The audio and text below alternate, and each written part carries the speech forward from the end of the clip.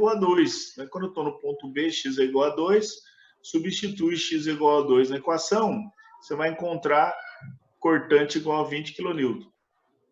Então, o que aconteceu aqui, pessoal? Aqui é um ponto muito importante, né? Que nós temos que estar atentos, né? Para a gente ver o que está acontecendo. Menos 180 para mais 120, o que aconteceu? O cortante mudou de sinal aqui, ó. Então, vamos fazer uma análise aqui rápida, né? Para a gente entender o que acontece aqui, que é muito importante isso aqui, tá? Então, vamos imaginar, né? Por que a gente calcula isso aqui? Para fazer um gráfico depois, né? Então, tem aqui o eixo, né? Da viga, e aqui tem o ponto A. Vamos imaginar que esse aqui é o ponto A. No ponto A, o cortante deu quanto? Deu menos 180. Então, vamos desenhar aqui só para a gente entender o que está acontecendo, né? Então, vou fazer um valor aqui, ó, menos 180, né? O cortante aqui deu negativo, é menos 180, tá? Agora, o que acontece no ponto B? Né? O ponto B está aqui, o ponto B deu positivo, deu 20, ó, deu 20 pequenininho aqui, 20 positivo, né? Então, o cortante mudou de sinal. O que significa que ele mudou de sinal? Né? Ele era negativo, voltou a positivo, né? Mudou de sinal. Então, a equação do esforço cortante, que é uma reta, né? Polinômio de grau 1. Então, o que vai acontecer? Né? Vai ter uma reta aqui entre esses dois pontos aqui, ó. Então, quando o cortante muda de sinal, significa o quê? Né? Isso vale para se for uma reta ou se for uma parábola, né? Quando o cortante muda de sinal, existe um ponto aqui, ó. Nesse ponto, o cortante é 0. Olha, se ele muda de sinal, significa que ele é menos 180, passou para 20, mudou de sinal. Se ele muda de sinal, significa que existe um ponto onde o cortante vale 0. Né? Agora vamos lembrar de uma regrinha lá do cálculo diferencial integral. Né? Nós vimos o processo de integração que o momento fletor é igual à integral do cortante. Né? O momento fletor é igual à integral do cortante. Ora, se o momento fletor é integral do cortante, o que é o cortante? A operação inversa é a derivada. Né? Então, o cortante, pessoal, ele é a derivada do momento fletor. Tá? Se eu pegar o momento fletor e derivar, eu tenho o cortante. O cortante é a derivada do momento fletor. Nesse ponto, a derivada é 0. Ou seja, o que acontece ao derivar uma função igual a 0? Né? Quando eu derivo uma função igual a 0, eu acho os pontos de máximo ou de mínimo da função. Né? Eu acho o ponto de inflexão da curva, né? Eu acho o ponto onde o coeficiente angular da reta tangente é 0, ou seja, uma reta horizontal, né?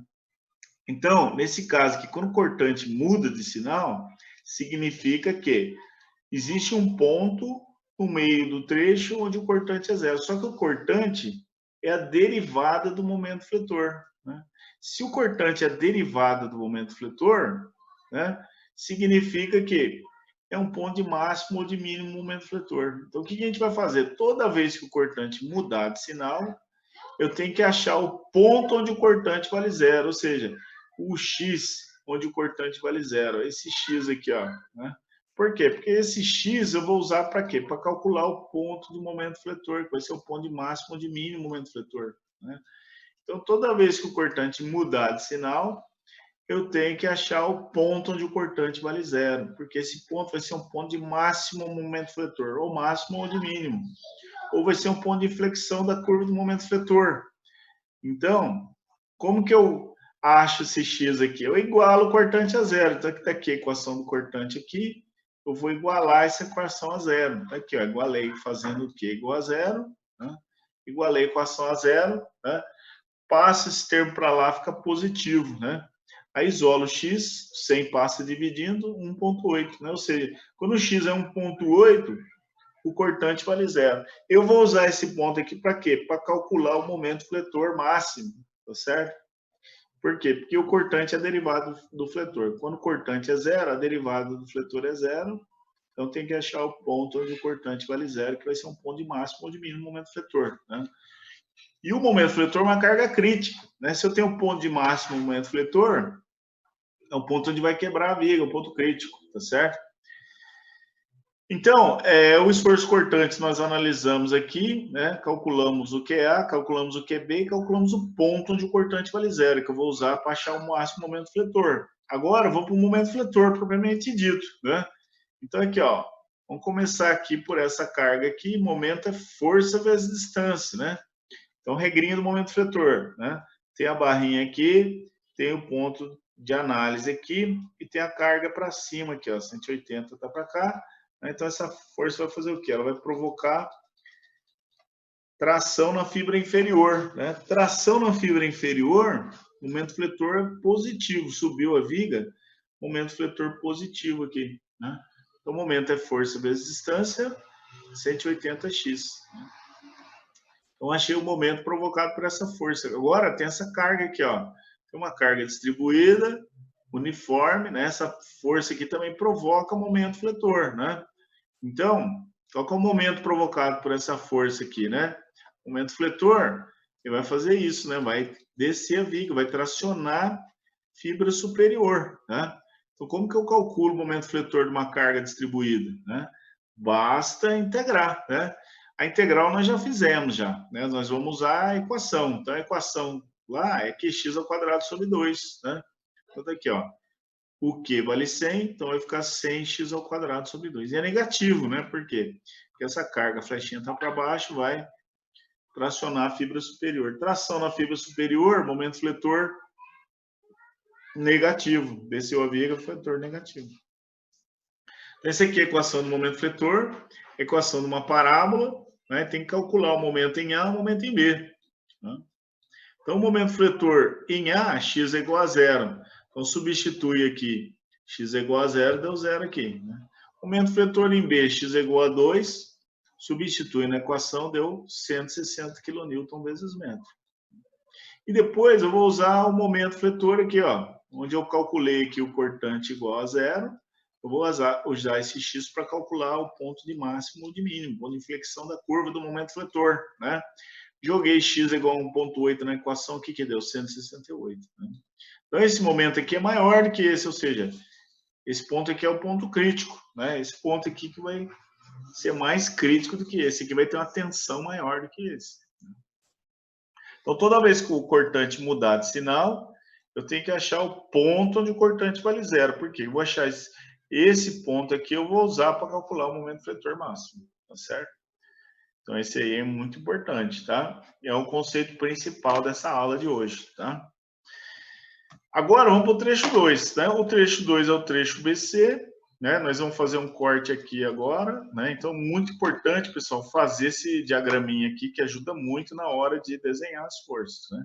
Então, o método das seções, a gente está começando sempre da direita para a esquerda, ou seja, da extremidade livre em direção ao engastamento. Então, eu defino a minha variável x aqui, né? Defino o meu corte, né? O método das seções, vou fazer um corte aqui, eu vou desprezar tudo que está na esquerda do corte, né? Esse pedaço de estrutura que eu desprezei, no equilíbrio, vai ser igual ao esforço normal, o cortante e o fletor, que são esforços internos aplicados na fibra do material, né? Que nós vamos calcular esses esforços usando a regrinha dos sinais. Então, o trecho AB foi o trecho anterior, nós já calculamos, né?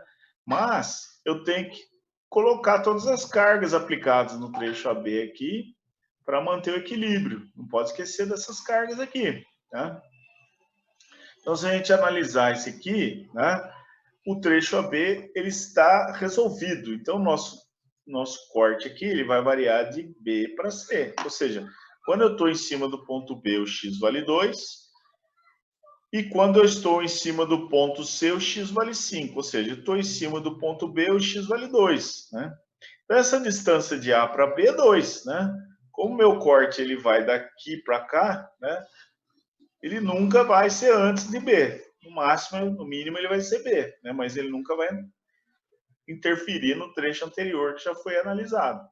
Então, essa distância aqui, ó, de A para B é sempre 2. Né? É uma distância fixa. Tá? Nunca muda isso aqui. Nesse trecho 2, não. Né? Então, um ponto importante aqui que a gente vai fazer. Né? Se esse trecho aqui vale 2, né, de A para B vale 2, e tudo aqui vale x, né? Então, essa cota aqui vale quanto? X menos 2. Se eu pegar x e tirar 2, eu tenho essa cota aqui. Então, essa cota que a gente vai usar é x menos 2. Tá? Agora, vamos olhar para a carga distribuída aqui, ó. Essa carga distribuída nós analisamos no trecho anterior, né? A carga no trecho anterior, uma carga variável em x, agora não, né? Agora ela vai estar aplicada, né, num comprimento de 2 metros, né, definido, fixo, constante, não vai mudar nunca, né? Então, o que a gente vai fazer aqui, né? Nós vamos transformar essa carga distribuída numa força resultante, né? Como? Basta achar a área do retângulo, é o mesmo processo de integração, né? Só que aqui a gente vai integrar, né, vai ser uma integral definida, vai ser a área embaixo da curva, né? Integral definida é um número.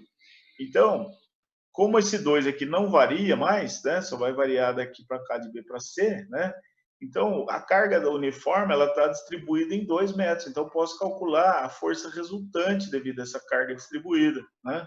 Então essa força resultante devido a essa carga distribuída é igual à área do retângulo, a área do retângulo é base vezes altura, vai ser 100 vezes 2 é 200, né?